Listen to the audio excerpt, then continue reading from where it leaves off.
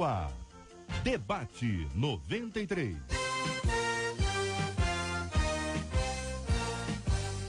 Realização 93 FM. Apresentação J.R. Vargas. Alô, meu irmão, alô, minha irmã.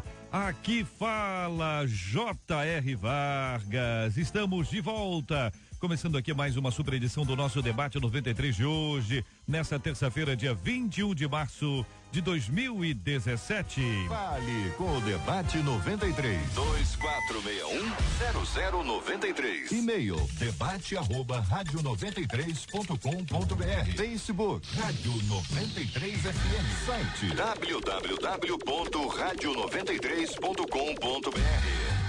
Fale com a 93 pelo WhatsApp 96803-8319.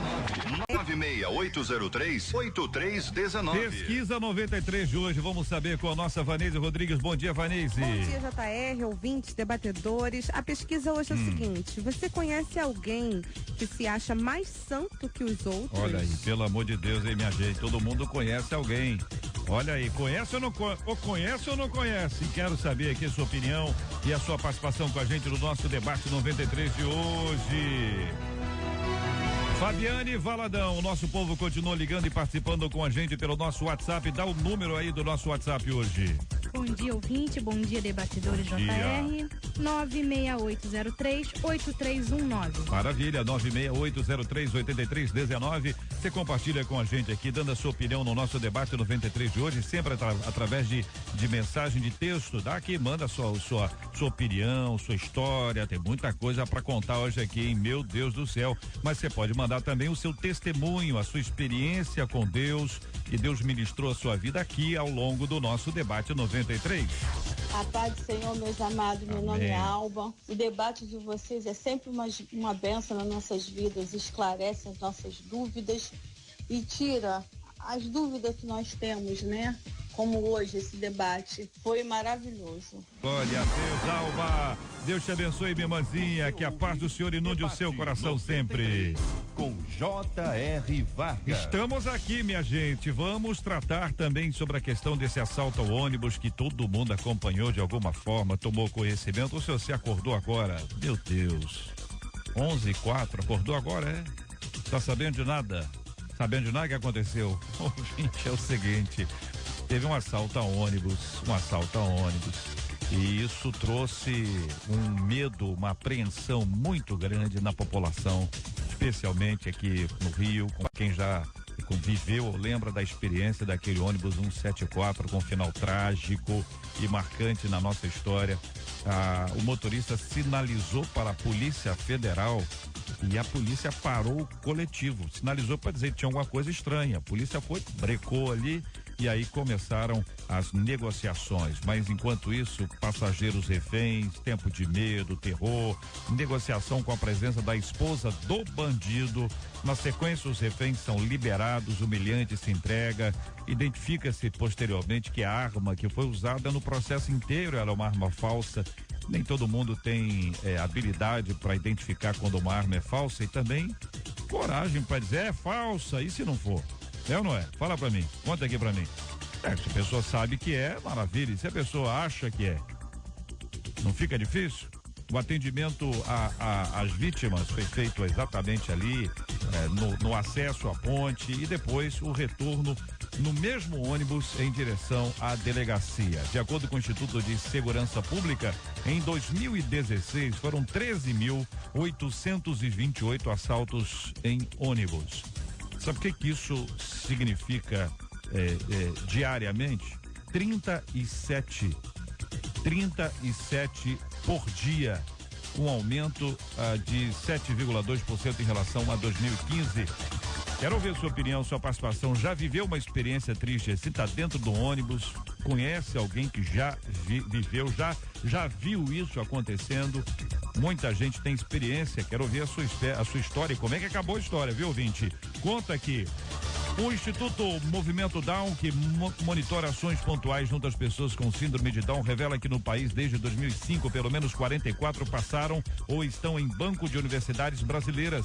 Atualmente as carreiras mais escolhidas são para educação física, gastronomia e pedagogia. As ações vão desde segurança, apoio e amor por parte dos familiares até uma visão mais ampla da sociedade. Na sua opinião, esta geração acolhe mais carinhosa e respeitosamente que a anterior? Você mantém algum preconceito? Como o Evangelho nos ensina a agir neste assunto? Quero ouvir a sua opinião e a sua participação aqui no nosso debate 93 de hoje. Como lidar com gente que se sente superior aos outros, hein? E quando o sentimento de superioridade é em relação à santidade, a pessoa acha que é mais santa que a outra. Como fugir da armadilha de nos acharmos os mais santos de todos? Em Provérbios 16:18 está escrito: a soberba precede a destruição e a altivez do espírito precede a ruína. Como aplicar esse texto?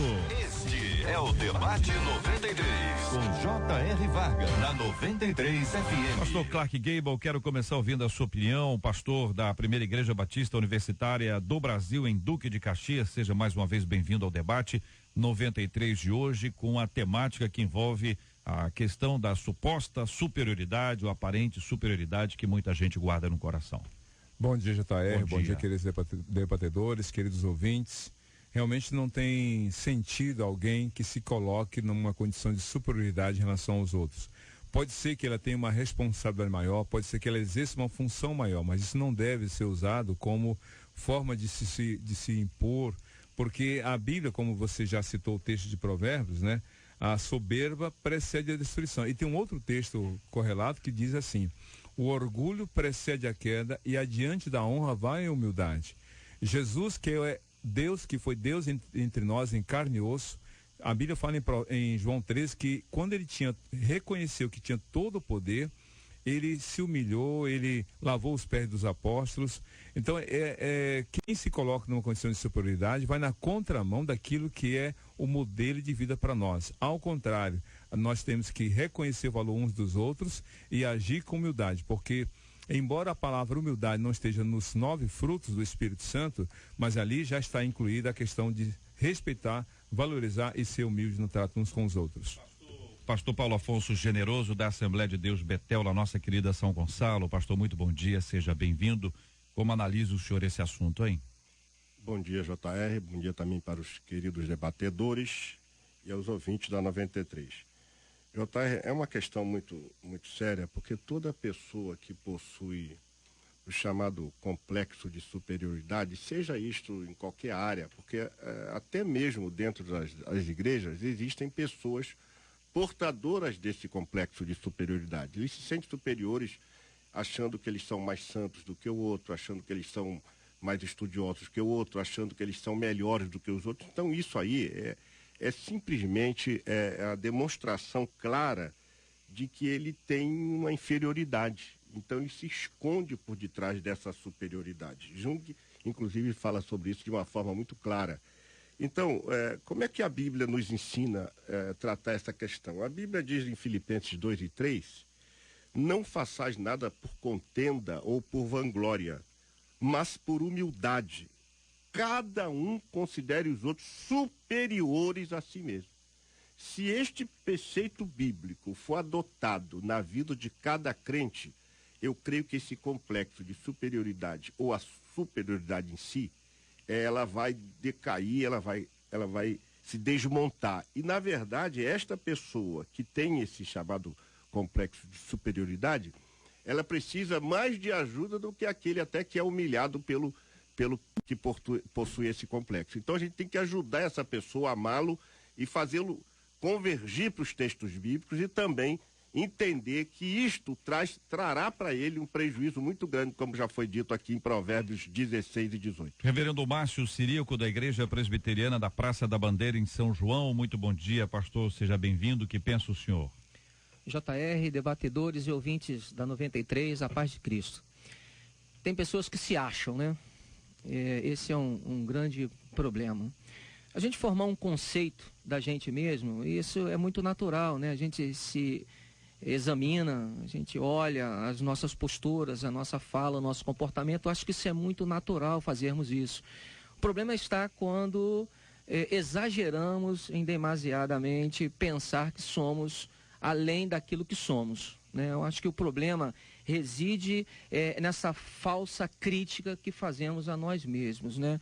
E aí nos leva, né, a estes equívocos, achar que nós somos os melhores dentro de um grupo e dentro do grupo há aqueles que não são melhores tanto quanto nós, né? Eu acho que ter um conceito de nós mesmos é muito saudável, até que nos ajudará a amadurecer e crescer. Agora, o exagero não cabe, porque exagero, eu sempre digo, leva ao exagero.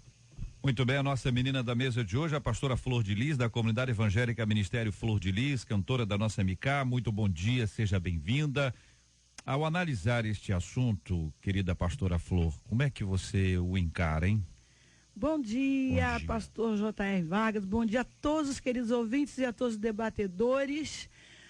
Olha, existem pessoas que já se convertem, vêm para a igreja com um tipo de transtorno, que é o transtorno de personalidade narcísica.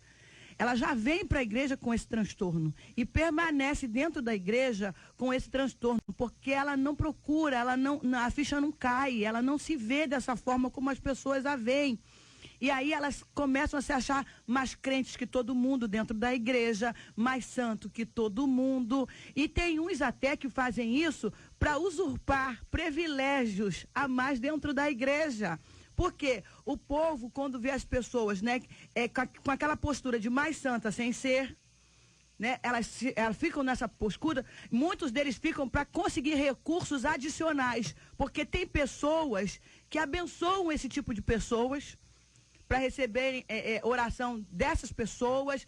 Então isso tudo, porque essas pessoas com esses transtornos, elas acreditam, não é porque elas acreditam que são melhores, elas acreditam que merecem esses recursos adicionais, elas acreditam que são mais santas que todo mundo, elas acreditam de verdade. Eu acho que se a gente começar a alertar mais as pessoas que estão à nossa volta sobre esse tipo de pessoas e mostrar que isso é uma doença, que isso é um transtorno e que ela precisa procurar a cura que existe em Jesus e também em especialistas que existem, né, na nossa vida aí social por afora. Tem uma questão da chamada autoestima, que até foi citada aqui. A autoestima, ou melhor, a autoimagem, como a pessoa se vê.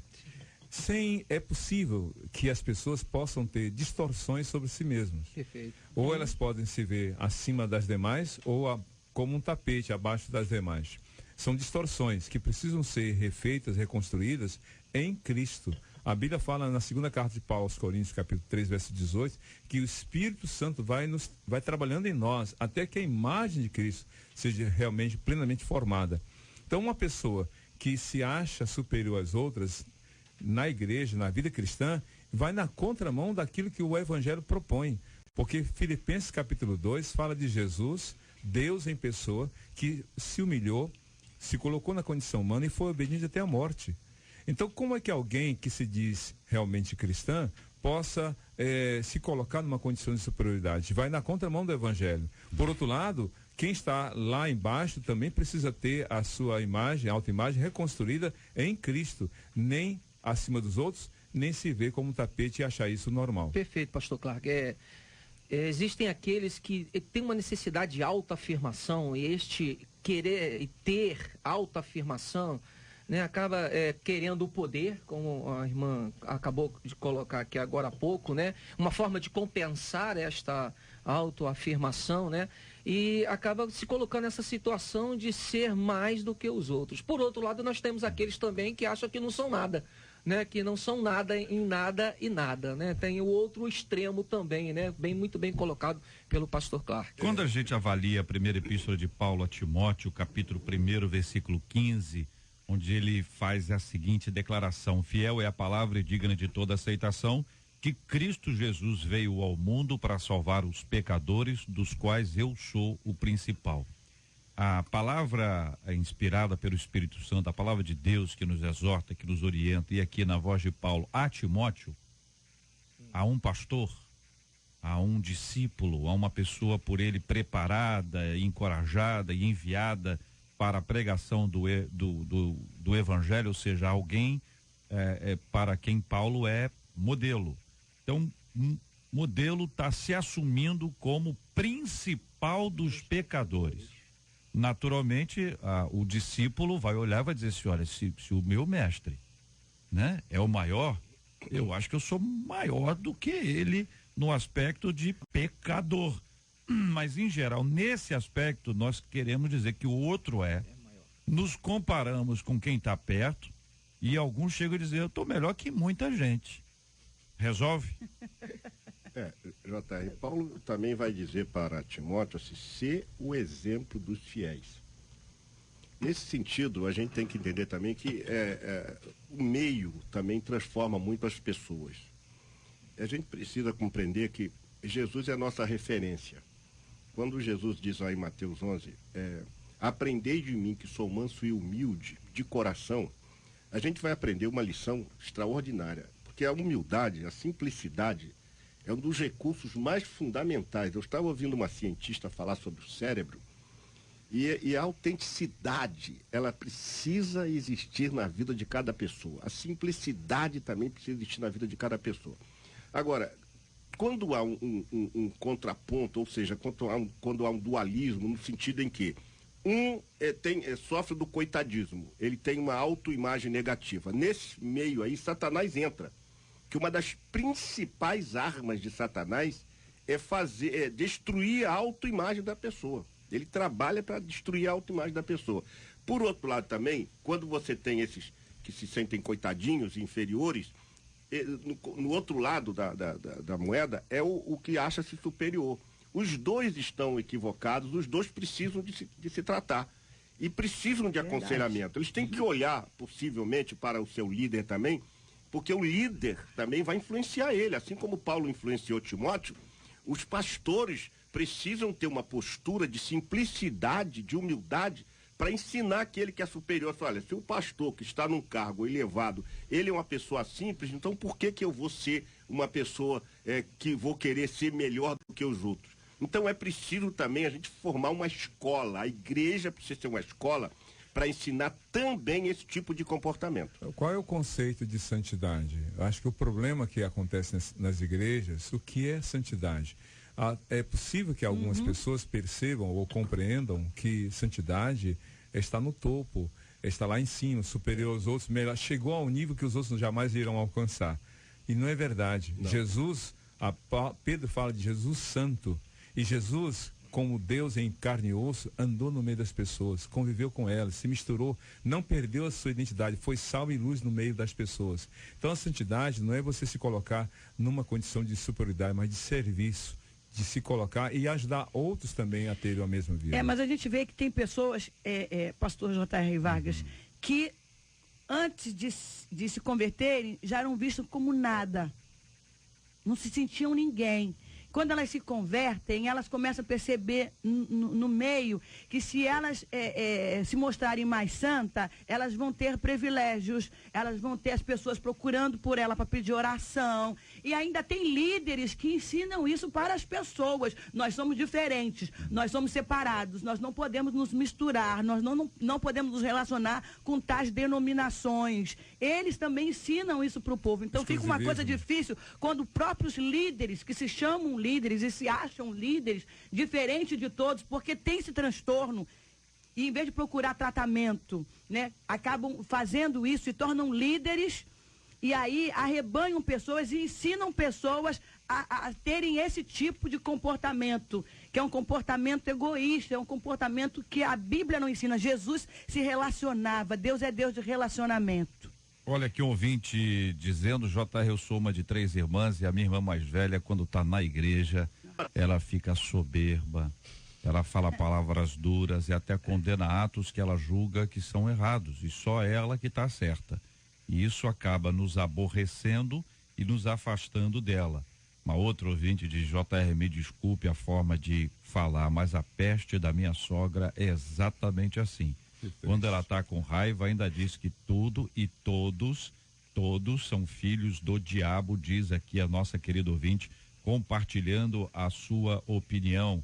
Outro ouvinte dizendo aqui de pessoas que têm, ou são, né, nariz em pé, que é uma descrição que a gente faz comumente, né, para dizer que a pessoa não é lá muito humilde, então nariz em pé, né? Enfim, a gente vai observando que a luta É uma luta contínua. Agora, há uma curiosidade na afirmação que a nossa ouvinte faz aqui. Quando a irmã está na igreja, ela fica mais soberba. É difícil a gente até entender isso, porque pela lógica seria exatamente o oposto. Quanto mais perto de Cristo, mais eu sei quem eu sou. Sabendo quem eu sou, eu não vou me sentir superior a ninguém. Mas esse apego à religiosidade, que é diferente da espiritualidade, quer dizer, a vida espiritual te leva a identificar quem você é. A religiosidade te leva a ver quem os outros são. E vendo os outros, você se sente superior. E é curioso quando isso acontece, né? Pronto, porque infelizmente J.R. afasta. Vargas falou tudo aí. Em pouquíssimas palavras, o pastor J.R. já explicou tudo. Isso, inclusive, está na parábola do fariseu. Exatamente. Eu ia citar essa parábola. Olha que coisa interessante. O fariseu disse: eu não sou como os demais homens. Ao comparar o outro, né? Ao comparar o outro. Religiosidade. O publicano não disse absolutamente nada. E outra coisa, também não contestou o fariseu. Ele ficou na dele. Sabe por quê, Jota? Tem hora, é uma das maneiras da gente lidar com pessoas arrogantes, prepotentes, um dos pontos é não aceitar provocação. O outro é não entrar em disputa. Eu vou citar apenas dois. Existem pelo menos umas meia dúzia de regras para você lidar com esse tipo de pessoa. Mas não aceitar provocação e não entrar em disputa é muito importante, porque a pessoa por si mesma vai cair em descrédito. Ela mesma, ou seja, o fariseu saiu dali, não foi justificado. E o publicano, que nada disse e que também não contestou o fariseu, saiu dali justificado. Exatamente, Lucas 18, né? Esse texto, ele é muito rico nesse sentido, né? Jesus vai falar que o fariseu orou de si para si. De si para si. Olha só. Monólogo. De si para si, ou seja, ele orou para ele mesmo, para se enaltecer. Olha a soberba violenta, né? Uma soberba violenta, né? E aí ele faz a comparação, né? Eu não sou igual os roubadores, os adúlteros, olhou para o outro e agora se comparou, né? Num primeiro momento o discurso parece até bonito, né? Mas é uma meritocracia evangélica, digamos assim. No Velho Testamento tem uma passagem muito interessante no livro de Deuteronômio. No capítulo 10, principalmente, ali a gente encontra o seguinte: Deus fala através de Moisés: quando vocês entrarem na terra prometida, vocês vão morar em casas que vocês não construíram, vão beber de fontes que vocês não abriram, vão comer frutos de árvores que vocês não plantaram. Quando vocês chegarem a esse momento, lembre-se de onde vocês vieram. Lembre-se de onde vocês partiram, para que o coração de vocês não se exalte. Então, acho que isso é muito aplicado à vida de hoje, na igreja evangélica. Muitos crentes se esquecem como eram, o que viviam, a sua condição diante de Deus. Se parassem para reconhecer, não teria essa posição de santidade equivocada de se colocar segunda de sobre os Samuel, outros. Capítulo 23, nos primeiros versículos, o próprio rei Davi, rico. Davi era um homem milionário, eu diria até bilionário, muito rico, estava na sua velhice, mas ele faz um dos mais lindos discursos que um homem na posição dele podia fazer. 1 Crônicas 29. Diz Davi, vou só citar esses dois, filho de Jessé. Ou seja, ele não se esqueceu das suas origens. Exato. O homem que foi levantado à altura, o suave em salmo de Israel, o ungido Deus de Jacó. Mas antes disso tudo ele diz, Davi, filho de Jessé. É gratidão, reconhecimento. Vale relembrar aqui, profeta Isaías, no capítulo 6, o capítulo do profeta Isaías mais conhecido de todos os outros. Quando ele se depara com a glória de Deus, ele faz uma afirmação importante: ai de mim, estou perdido, porque eu sou homem de lábios impuros, habito no meio de um povo de impuros lábios, e os meus olhos viram o Rei, o Senhor dos exércitos. E aqui você tem a constatação dele, primeiro, ai de mim. Depois ele olha para o lado e não se sente superior. Exato. Ele se sente igual. Ele não é superior aos outros. Diante da glória de Deus, nós somos iguais. Mesmo tendo visto. Mesmo tendo Mas, visto. JR, tem um detalhe muito importante aí. Antes dele proferir isso, ele vai dizer assim: ai da nação pecadora, ai do homem. Ele vai dizendo vários ais. Nos capítulos anteriores. Quando ele se encontra com Cristo, quando ele vê Cristo glorificado, aí ele muda, ai de mim. Todo homem que se encontrou com Cristo, tem que olhar para dentro de si. Antes você pode ler os capítulos 1, 2, 3, 4 e 5, onde ele vai falar, ai da nação pecadora, ai do homem ímpio, ele só olhava para os outros. Agora ele fez um olhar introspectivo e nesse olhar ele reconheceu as suas limitações e que Deus está acima de tudo, como está lá em Daniel 4:26, quando o texto diz que Nabucodonosor ficaria lá no pasto até que reconhecesse que o céu reina. No Cântico de Ana, lá no 1 Samuel capítulo 2, tem uma recomendação muito boa e eu deixo essa recomendação para os soberbos e orgulhosos. O texto diz o seguinte: não multipliqueis palavras de orgulho, nem saiam coisas arrogantes da vossa boca. Aí por quê? Porque o Senhor é o Deus da sabedoria e pesa todos os feitos na balança. É uma excelente recomendação para os orgulhosos e soberbos. Olhar o Senhor, que é soberano sobre todas as coisas, que vê e ouve, né? E pesa.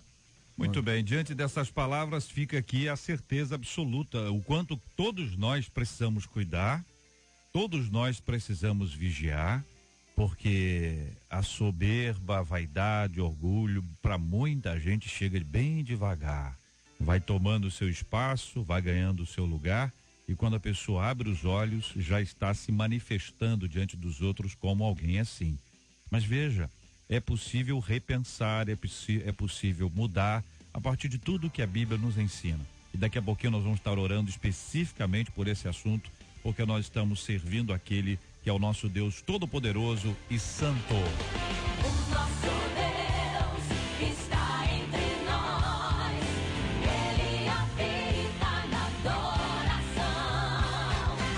O nosso Deus vai hoje operar, Ele é benigno e santo. Santo, santo, o nosso Deus é santo. Santo, santo, o nosso Deus é santo. Bom dia, JR. O debate 93 tem me abençoado todos os dias da minha vida. Além de ler a Bíblia, nós conseguimos tirar dúvidas através dessa rádio maravilhosa. Manda um beijo para mim e para minha esposa, Jonathan Machado e Diana Santos, de Ricardo de Albuquerque. Obrigado e Deus abençoe. Amém. Jonatas e Diana, Deus abençoe a vocês. Muito obrigado pelo carinho da audiência, pelas orações. Bom demais ter vocês com a gente aqui no nosso debate 93.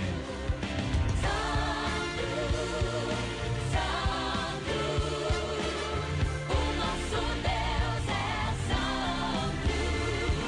Santo, santo, o nosso Deus é santo.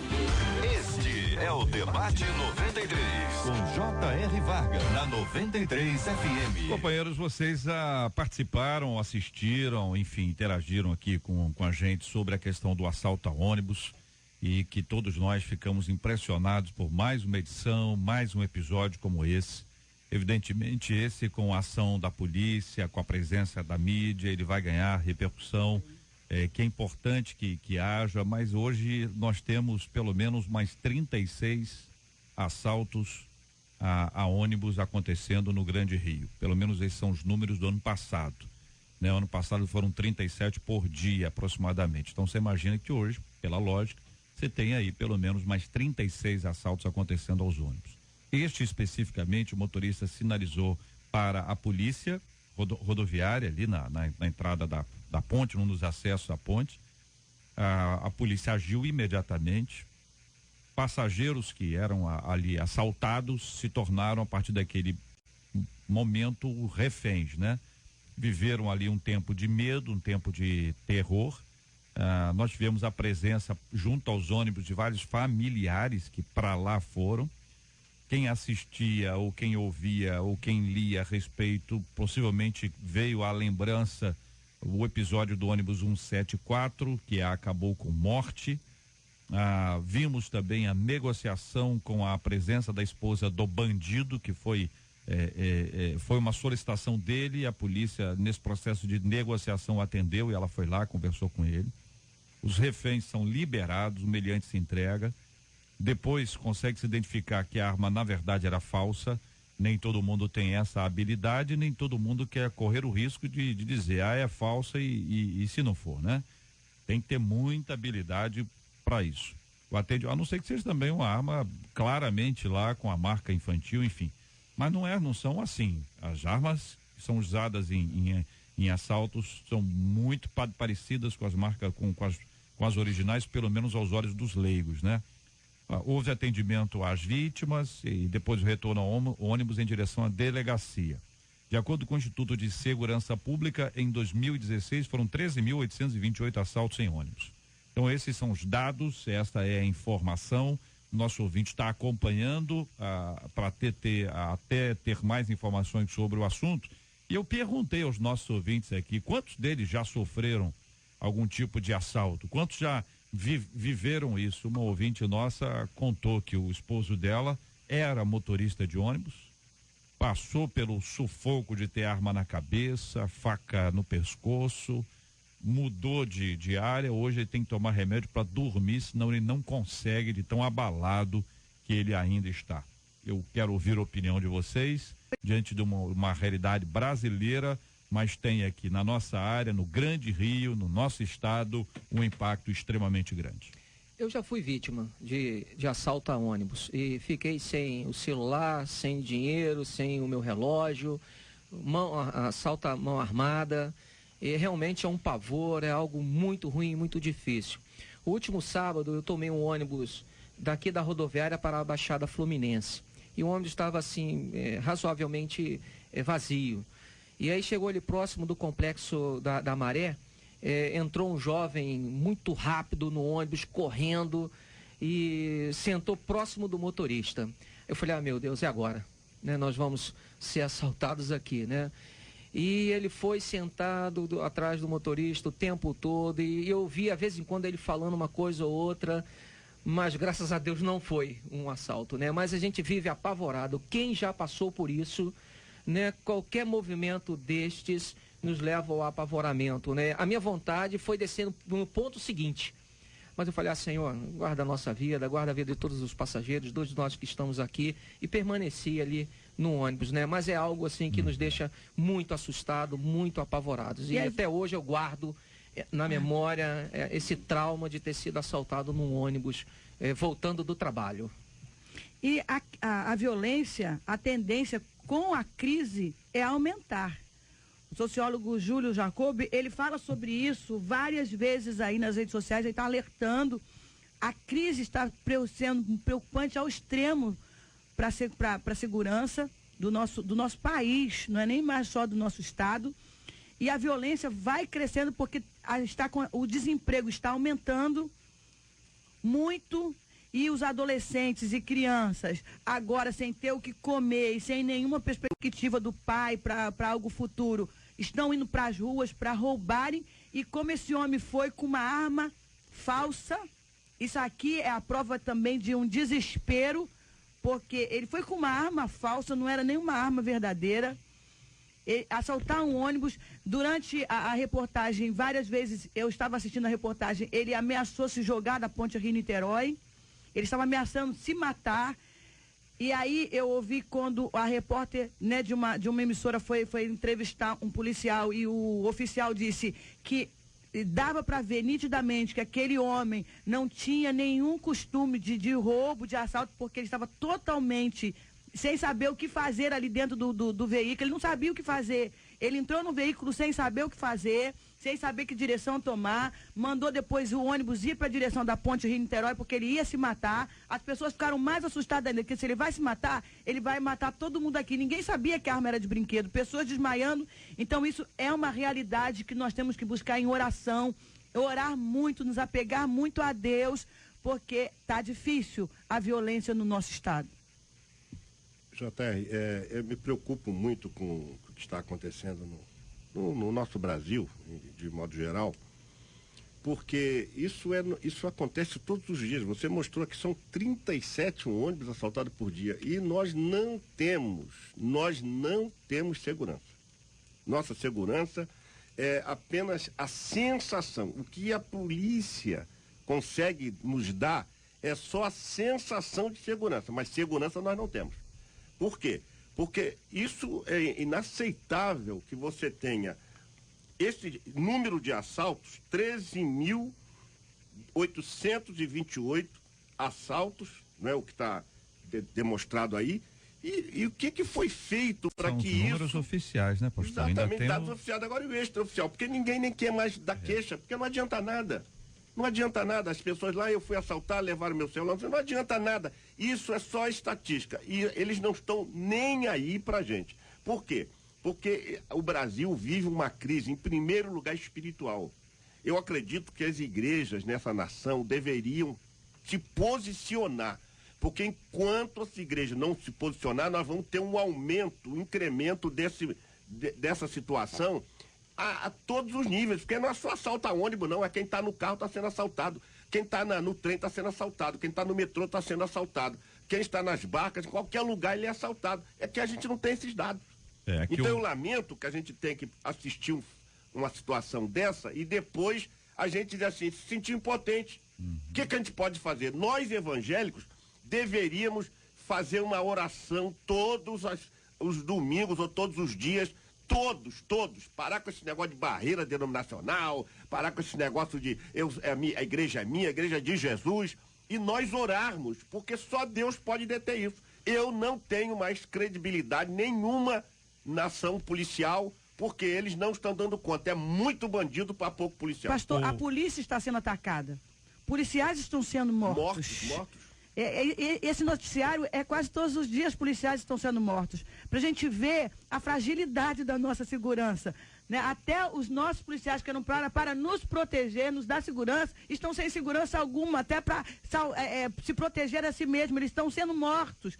E para piorar a situação, eles estão arriscando a vida sem receber salários da maneira que deveriam estar recebendo. Então, se Deus não nos guardar, agora nós contamos única e exclusivamente com a maior das maiores proteções, que é a de Deus. As minhas filhas, agora recente, sofreram assaltos caminhando da escola para casa.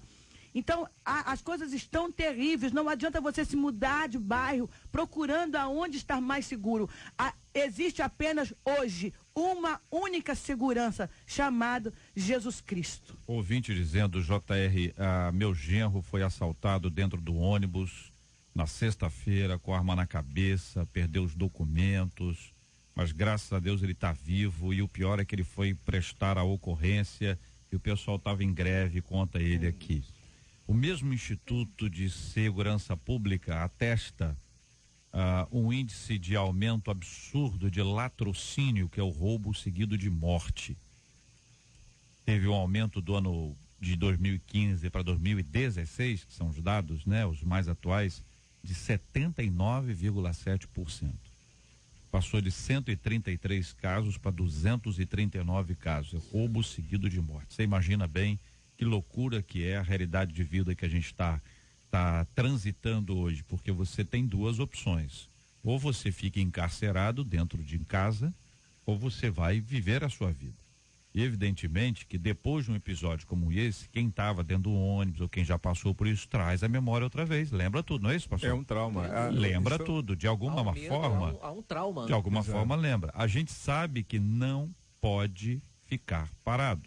A gente tem que estudar, a gente tem que trabalhar, a gente tem que encontrar as pessoas, a gente tem que ir à igreja, a gente tem que visitar um parente, a gente tem que fazer uma série de coisas. A vida não pode nos restringir a isso, não pode parar em hipótese alguma.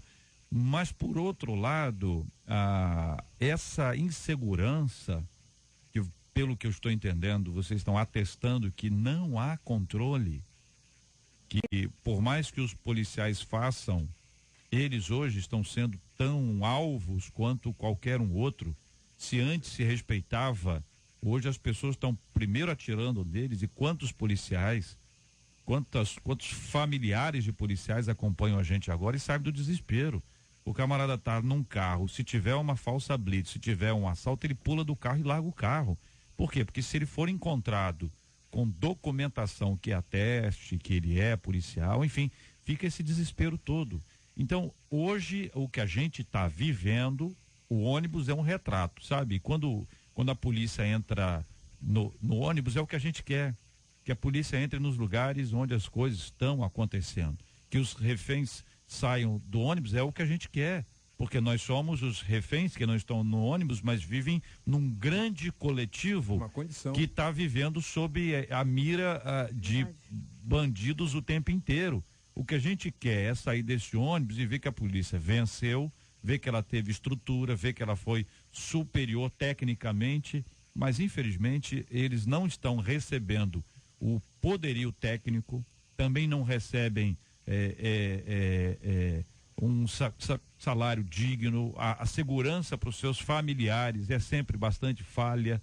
Quer dizer, a realidade do Brasil é essa, e é da cidade grande, como é o Rio, ou como a metrópole, como o Grande Rio, como a cidade pequena, de interior afora, onde a gente está vendo a chegada da bandidagem, muitas vezes expulsa nos grandes centros ou numa estratégia empreendedora do crime organizado, buscando maior capilaridade, ampliando os seus espaços, seja no mundo do crime e até nas instituições carcerárias. Pastor falou aí, né, algo assim, o policial não pode ser identificado como policial. Pastor JR, não é só o policial não. O meu filho, ele começou a dirigir para da Uber, o táxi, o carro dele pegou passageiro e de repente os dois passageiros mandaram ele pegar um atalho, pararam o carro, foram pegar o celular para ver se ele tinha no celular fotos de policiais. Ah, você não é, mas pode ter amigos policiais, e se tiver, camarada, você vai morrer aqui agora. Então, nem no seu celular você pode ter foto de amigos seus que ingressaram na polícia. Você está correndo um risco violento. Eles agora, quando te param para te assaltar, fizeram isso com meninas lá da igreja, senhoras que estavam saindo da igreja, pegaram o celular e foram ver se eram parentes, familiares de policiais, e disseram para ela, se tiver alguma foto policial aqui, você vai morrer aqui agora. E elas começaram a tremer ali, passarem mal, porque elas não sabiam se tinham ou não, porque tem amigos que são da polícia, elas não lembravam se tinham deletado. Você não, hoje a violência está tão horrível que nem foto no celular você pode ter mais de alguém fardado. Estamos vivendo uma situação cíclica, porque os problemas econômicos acabam gerando problemas sociais, os problemas sociais acabam levando a pessoas a tomarem posturas para resolverem suas carências, partindo para assaltos e crimes. E isso gerando comportamentos na sociedade de pessoas traumáticas, ou traumatizadas, melhor dizendo. O transtorno pós-traumático é um problema que a gente está observando no comportamento das pessoas, na igreja, pessoas que não conseguem mais lidar com situações que parecem ou que são suspeitas de uma ação de violência. Então a gente está vivendo uma situação cíclica. E por outro lado, a gente tem duas respostas. Uma que a gente espera, que é da força policial, e que só age quando a situação é endêmica ou é uma crise como o Espírito Santo aconteceu, mas que não resolve, é paliativa. E por outro lado, aí sim, é a questão da igreja, os cristãos, clamarem a Deus.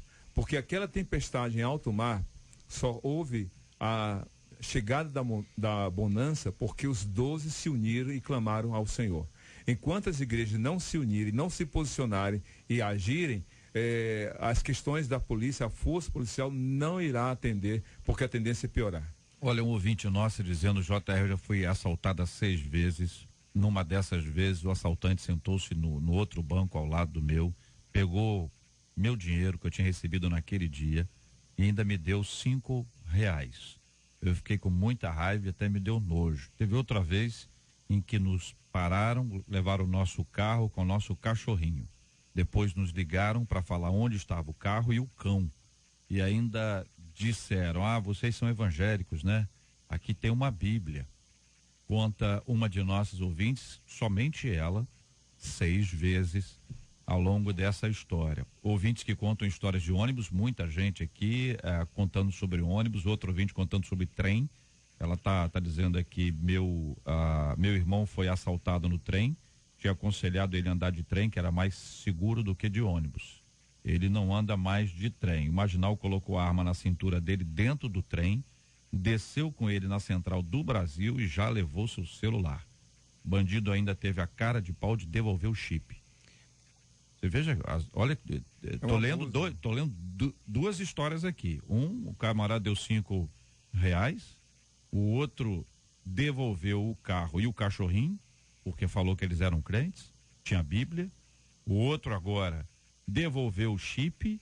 Então, é um negócio estranho, porque você vai se deparando com uma ação até aparentemente misericordiosa por parte daqueles que roubam. E a tendência que a gente tem é amenizar. Pelo menos ele deu o chip. Há 9 anos atrás, JR e demais irmãos aqui da mesa e ouvintes, a minha esposa foi sequestrada com o meu filho e o carro. Foram levados, sequestrados. E o assaltante sentou do lado dela, ela dirigindo, e ele foi falando com ela: vai com calma, porque eu não quero nada nem com você, nem com seu filho, só quero o carro. E vai devagar, sem suspeita nenhuma. E vamos levar o carro. Chegou em determinado lugar, ela desesperada tirou o filho do carro, e ele falou assim: não, toma sua bolsa, eu não quero nada com vocês, eu só quero o carro. Esse carro vai me servir para fazer, ganhar muito dinheiro, e então só quero isso. 9 anos já se passaram. A minha esposa não consegue mais dirigir sozinha. É um trauma. É um trauma. É uma dificuldade para minha esposa pegar o carro e sair com o carro. Ela não consegue mais fazer isso. Hoje ela só consegue ter um pouco de segurança quando eu estou no volante junto com ela. Olha aqui o ouvinte dizendo: JR, levaram a bicicleta do meu esposo e ainda deixaram um bilhete onde a bicicleta estava presa, dizendo: da próxima vez deixe uma bicicleta melhor. Olha isso, é um abuso. Eu tenho um pastor na minha igreja que foi recentemente assaltado. Levaram um caminhão que ele tinha no valor de 180 mil, um muque. Olha, um caminhão muque. Ele foi prestar queixa, o delegado disse: ó, não se meta com isso, que essa quadrilha é muito perigosa. Na quinta-feira que antecede ao carnaval, ele foi assaltado dentro da casa dele. Levaram o carro dele, as compras que ele ia fazer para viajar, levaram tudo. Uma semana depois, ele foi assaltado no mesmo lugar, saindo de uma pizzaria pertinho da casa dele, a 200 metros, e só não levaram o carro porque um policial reagiu. Então, ele agora não quer mais ficar naquele lugar, ele agora não quer mais morar ali. Os filhos também estão medrosos, está todo mundo com trauma. Eu estive visitando ele, você precisa ver, o pessoal está preocupado. Então, em São Gonçalo, natural, né? O que é natural, né? Em São Gonçalo, JR, tá demais. São Gonçalo é terra de ninguém. É assalto a todo instante, a todo dia, eu acho que em qualquer lugar, né? São Gonçalo, a Baixada Fluminense está da mesma forma. São Gonçalo está muito difícil. Agora, existe uma mudança de comportamento que vocês aqui, debatedores, sinalizaram. 2 comportamentos. Um é se retrair por causa da depressão, do pós-traumático. Outra é a sociedade partir para justiça pelas próprias mãos. Porque nas redes sociais, o que a gente vê de pessoas sendo justiçadas, ou os miliantes sendo açoitados e até mortos, como uma reação, que são ações extremas. Mas a sociedade se recorda. Exatamente. Até o cristão, ele acaba aplaudindo quando morre um ladrão. Mas isso é um ele vai perdendo esse amor, ele vai sentindo que a Bíblia diz: por se multiplicar a iniquidade, o amor de muito. A gente fala muito no esfriamento do amor, mas se esquece de falar na multiplicação da iniquidade. E é isso que está acontecendo. A iniquidade está multiplicando-se tanto que as pessoas não sentem mais. É como se matasse uma barata. Exatamente. O humilhante, quando mata uma pessoa, é como se estivesse matando uma barata. E quando ele morre, as pessoas aplaudem, as pessoas torcem, vibram, porque o amor está sendo extinto por conta do incremento da violência. Então eu só termino dizendo o seguinte: olha, se o Senhor não guardar a cidade, vão vigiar os sentinelas. Então nós precisamos, primeiro, confiar em Deus como Senhor e ter os sentinelas, porque nós não vamos confiar nos sentinelas, mas vamos confiar naquele que guarda. Este tema está na nossa pauta, não é um tema bom. Eu não gosto de falar sobre esses assuntos. Não gosto mesmo, mas a gente não pode fugir deles. O assunto está aí, a gente precisa encará-lo de frente para ter ideia dos números, para ter uma consciência do que está acontecendo, para sermos mais sábios na administração dos nossos deslocamentos, mas impedir-nos de andar, isso não pode acontecer. Nós precisamos continuar a nossa vida e ajudar as pessoas e a pensar, como foi dito aqui. Desafio de nós orarmos e vivermos uma mudança verdadeira na história do nosso país. Este país não pode ficar como está. Esta é uma área fundamental da nossa existência. É duro a gente olhar e pensar assim, mas eu não estou vendo muita saída. Em geral, nos tempos bíblicos, é exatamente aí, quando o povo não consegue ver mais nada pelos olhos humanos, que começam as grandes mudanças espirituais. Que Deus nos ajude e tenha misericórdia de nós. Você ouve Debate 93 com J.R. Vargas. Hoje é o Dia Mundial da Síndrome de Down, muita gente tratando sobre esse assunto. O Instituto Movimento Down, que monitora ações pontuais junto às pessoas com síndrome de Down, revela que no país, desde 2005, pelo menos 44 passaram e estão em banco de universidades brasileiras. Atualmente, as carreiras mais escolhidas são para educação física, gastronomia e pedagogia. As ações junto a essas pessoas vão desde segurança, apoio e amor por parte da família, que é uma perspectiva muito, mas muito, muito, muito importante, até uma visão mais ampla da sociedade, né? Hoje já se consegue observar pessoas com síndrome de Down em várias áreas, trabalhando, atuando, tem vários atores e que estão desenvolvendo peças de teatro, filmes de cinema, episódios de série, enfim. Esta geração, na sua opinião, ouvinte, acolhe mais carinhosa e respeitosamente que a anterior? Você mantém algum tipo de preconceito aos que têm síndrome de Down? Como o Evangelho nos ensina a agir nesse assunto? Eu quero pedir a você que está acompanhando a gente, que dê o sua palavra também, eventualmente você conhece alguém, tem aí uma luta nessa área, ou mesmo como você encara esse assunto. Quero pedir a sua participação com a gente pelo 96803-8319 e ouvindo aqui inicialmente os nossos amados debatedores. Muito bem, essas pessoas com a síndrome de Down, há um tempo atrás, e esse era um comportamento da sociedade, e eu me coloco também com este comportamento, de olhá-los apenas com o olhar da pena e da compaixão. Mas eles nos surpreenderam e têm surpreendido a sociedade, e eu fico muito feliz ao ver os passos que eles estão tomando, não por conta de uma pena e uma compaixão da sociedade, mas porque eles realmente se mostraram que têm valor dentro de uma sociedade. Hoje eles ocupam os espaços pela sua simplicidade, inteligência, pessoas simples de se dar, que nos cativam, têm um carisma fenomenal ao lidar com esses tipos de pessoas, né? Antigamente não, isso não era valorizado, era tido como excluídos da sociedade. Hoje há uma inclusão muito, mas muito bonita, e eu fico muito feliz em ver que a nossa sociedade está se comportando não só carinhosamente e respeitosamente, mas dando valor, porque eles têm valor verdadeiramente, são inteligentes, amáveis, carismáticos, nos cativam com a maior facilidade, né? A simplicidade deles nos cativa com uma facilidade fenomenal. Temos que aprender muito, mas muito, com esse tipo, com essas pessoas que têm estado ao lado a lado com os profissionais, igrejas, em todos os lugares da nossa sociedade, inclusive nas escolas seculares, né?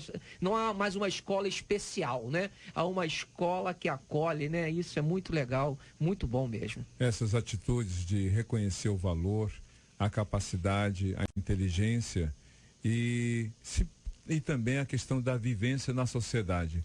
Para quem tem a síndrome, isso é muito bom, mas eu queria dar repercussão para os pais. Porque antigamente os pais de crianças com essa síndrome sofriam por causa... Escondiam, inclusive, exatamente. Né? Escondiam. Hoje não, hoje são reconhecidos, conquistam espaço, e na igreja há essa oportunidade de lidar e valorizar. Olha aqui um ouvinte contando: JR, na minha igreja tem uma linda menina com síndrome de Down. Todos a abraçam e tratam normalmente. Conta esse ouvinte aqui de Maricá acompanhando a gente.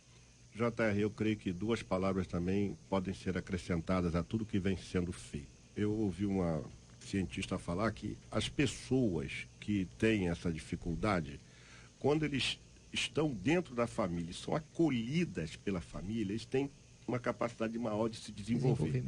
Então eu creio que o respeito e a interação vão formar essa pessoa, porque eles não vão se sentir excluídos, porque algum tempo atrás realmente eles eram excluídos, mas a sociedade pela amadureceu, própria família, né? A própria família porque havia um olhar negativo com relação à família. Hoje não, por conta de tanta publicidade, de tanto trabalho em cima dessa questão dos portadores da síndrome de Down, que as crianças que possuem essa deficiência, essa dificuldade, eles hoje são inseridos no contexto da sociedade, participam de tudo, de novela e de filmes, eles estão em sala de aula, até esporte também. Então eu acredito que o respeito a eles como seres humanos formados por Deus, ainda que com alguma dificuldade, e a interação e o amor tem feito isso. Aqui um ouvinte nossa contando, JR, muita coisa mudou, graças a Deus. Quando meu tio nasceu, isso há 44 anos, o médico falou para minha avó que nem gente ele era. Meu Deus. Que loucura, que palavra louca desse médico. O ouvinte dizendo, olha, eles são muito carinhosos, eles são muito inteligentes. O ouvinte dizendo, JR, eu tenho um irmão com a síndrome de Down e quando olho para ele tenho a impressão que quem tem algum problema somos nós. Porque ele é tão capaz, ele é tão amoroso, não há falsidade, há amor e pureza, conta a nossa querida ouvinte. Né? Quero agradecer, ouvinte, porque você está nos ajudando e tem uma experiência bastante oportuna, né? Bastante oportuna para compartilhar conosco aqui, o ouvinte dizendo que os pais de uma criança, de uma menina que tem a síndrome, falam da importância desse tratamento para o desenvolvimento dela. Carinho, atenção e não ser tratada com diferença. Conta aqui um ouvinte. Outra dizendo, minha filha faz natação com uma linda jovem com síndrome e ela é super igual a qualquer criança. Ela é muito carinhosa, conta aqui a nossa querida ouvinte, trazendo aqui a sua perspectiva sobre esse assunto. Olha que coisa impressionante. Porque há pouquíssimo tempo, só há 40 anos, de 40 anos para cá, é que o Down passou a ser visto de forma igual, começou a ser visto de forma igual pela luta dos pais. Teve pais que, ao invés de ficarem reclusos, esconderem seus filhos, foram para a luta, resolveram lutar a favor e pelo favor do seu filho, mostrando que é uma criança como todas as outras, que nasceu, né, com 21 cromossomos a mais, mas isso não a deixa fora diferente de nenhuma outra criança. Ela tem um atraso, mas quando ela é estimulada, quando ela recebe tratamentos adequados, é uma criança que depois é um adulto que vai para o mercado de trabalho.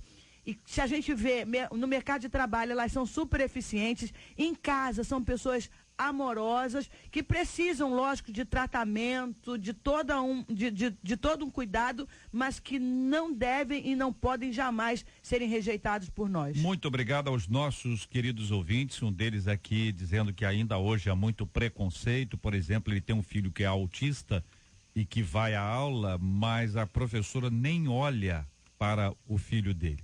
O menino chega em casa com as mãos vazias, que a professora não dá trabalho, não dá absolutamente nada, e ela conta aqui que infelizmente essa é uma realidade. O filho precisa de mediadora, que muitas vezes ajuda nesse processo, mas o que a gente vê é que infelizmente o preconceito ainda existe, mas ele é muito menor do que já foi anteriormente. E isso nós queremos agradecer o carinho dos nossos ouvintes, relembrando aqui, carinho, amor, atenção, tudo isso fundamental para que haja uma mudança perceptível nesse assunto. E a igreja é fundamental nesse processo. São 11h59. Deixa eu agradecer os queridos debatedores participando aqui conosco. Pastora Flor de Lisa, que eu peço que ore a Deus conosco aqui já. O pastor Paulo Afonso, o pastor Clark Gable, o reverendo Márcio. Muito obrigado a vocês, queridos, participando conosco. Vamos aqui ao resultado da nossa pesquisa 93 de hoje, como informação para os nossos ouvintes participando conosco aqui agora. JR, hoje nós perguntamos, você conhece alguém que se acha mais santo que os outros? 95% dos nossos ouvintes dizem que conhecem, sim, e 5% não. Muito obrigado a você, ouvinte, pela sua participação com a gente hoje aqui no nosso debate 93. Nós vamos orar juntos nessa hora pelos temas que nós tratamos hoje. Tocamos em vários pontos difíceis, né, gente? Tem debate que a gente ri a beça, conta um monte de casos, é bom demais. Mas também tem o dia como a vida, né? A vida é assim. Tem dia que o tom é mais sério, que a gente fala mais devagar. Por quê? Porque é uma realidade. A gente precisa tratar os assuntos como eles são. Seria ótimo viver numa ilha da fantasia. Mas para pensar. Se é fantasia, é porque ela não existe. A vida real, ela é difícil, mas nós em Cristo somos mais do que vencedores. Nós não vamos desistir da vida, porque quem nos deu a vida foi o Senhor. Você vai lutar bravamente, corajosamente, com fé, vai cooperar para que haja uma transformação. A gente acredita que o evangelho transforma, e ele transforma a sociedade, porque muda o homem de dentro para fora. Creia no poder de Deus. O evangelho é o poder de Deus para a transformação de todo aquele que crê. Então nós cremos na transformação gerada pelo evangelho de Cristo. E nós precisamos viver esse evangelho. Vamos orar por esse assunto, pelas pessoas envolvidas, pelas vítimas de muitos assaltos, a turma do ônibus hoje, pedindo a misericórdia de Deus e a conversão dos assaltantes, a conversão desses homens e mulheres que uma vez foram criminosos, mas também podem, e muitos deles estão sendo alcançados pelo evangelho, estão tendo as suas vidas transformadas, orando pelos policiais e familiares que vivem hoje um tempo de absoluta instabilidade. Vamos orar por quem está nessa luta contínua para que os que têm síndrome de Down sejam acolhidos, amorosamente respeitados. A todos vocês o nosso carinho, o nosso abraço, a nossa gratidão a Deus pela sua vida, e orando como oramos sempre, pela cura dos enfermos e pelo consolo aos corações enlutados. Senhor, oramos a Ti agora e queremos Te pedir, Pai, que Tu alcance agora o lar dos Teus ouvintes agora. Entre neste lar, entre agora onde estiver essa pessoa que está se sentindo inferiorizada por alguém. Mostre a ela que ela é especial para Ti, ó Deus. Que o Teu amor, Senhor, a segue diariamente. Senhor, nós queremos também Te clamar nesse instante por esses lares onde um membro da família foi envolvido pelo mundo das drogas, está no tráfico, está na criminalidade. Alcance esta casa, este lar agora com libertação. Liberta este homem, liberta esta mulher do tráfico de drogas, liberte essas pessoas da violência, porque só o Senhor pode fazer isso, porque só o Senhor transforma. Ó Deus, visita também este lar onde pessoas estão chorando porque a enfermidade entrou nesta casa, a doença atingiu esta pessoa, pessoas que estão sentenciadas à morte por uma enfermidade que o médico já disse que não tem cura. Nós profetizamos agora, Pai, a cura. Senhor, nós acreditamos no poder da oração e acreditamos que o Senhor cura. Tu é Deus do impossível. Não há nada que o Senhor não possa fazer. Deus, que nesta hora a Tua mão poderosa alcance todos os corações enlutados também, levando o Seu fortalecimento. Nós queremos, Senhor, encerrar Te pedindo o Teu milagre. Alcance de uma maneira geral todas as pessoas nas suas necessidades e que o Teu amor as acompanhe hoje e sempre. Amém.